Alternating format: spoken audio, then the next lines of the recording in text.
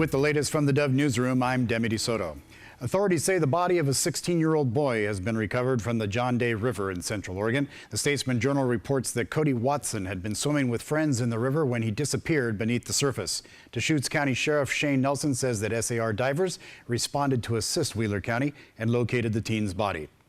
Well, before there were none, now there are two candidates for mayor of Medford, an incumbent and a challenger.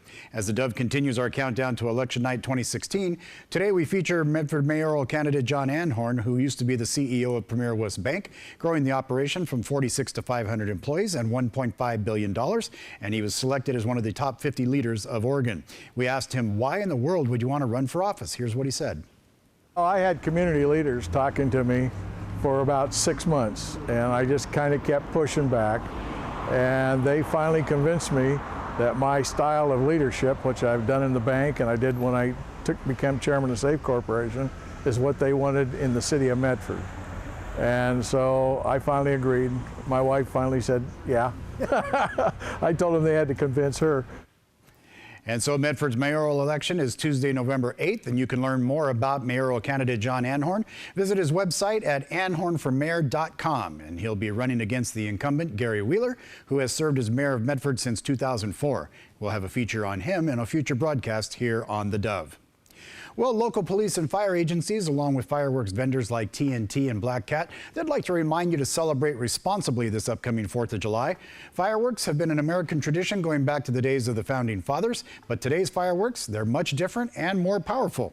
Medford Fire and Rescue Inspector Tanner Farrington explains fireworks that are approved in the areas for the city of Medford. The key for the residents within the Medford city limits is to remember that fireworks are illegal outside of the dates of June 23rd to July 6th, and they are also illegal in the Bear Creek Greenway, any city parks, public schools, and in the wildfire area risk zone, which is east of North Foothills and North Phoenix and north of Cherry Lane. All right, boys and girls, let's review the rules here. Medford fireworks are legal only in the city limits. They must not explode, they must not become airborne, and they must travel less than 6 feet horizontally. Now, please write all this down because there will be a quiz. Legendary NCAA women's basketball coach Pat Summitt has lost her battle with dementia. The Tennessee icon was one of the winningest coaches in college sports history, men or women. She amassed 1,098 wins and 8 NCAA titles over her career. Her family were with her when she passed away. And let's take a look at our regional weather forecast as we head toward the midweek and the weekend. As we do, let's take a look at Northern California. I see 5 balls of sun and temperatures in the 90s. That looks like a pretty nice forecast to me. Lows in the mid-50s overnight.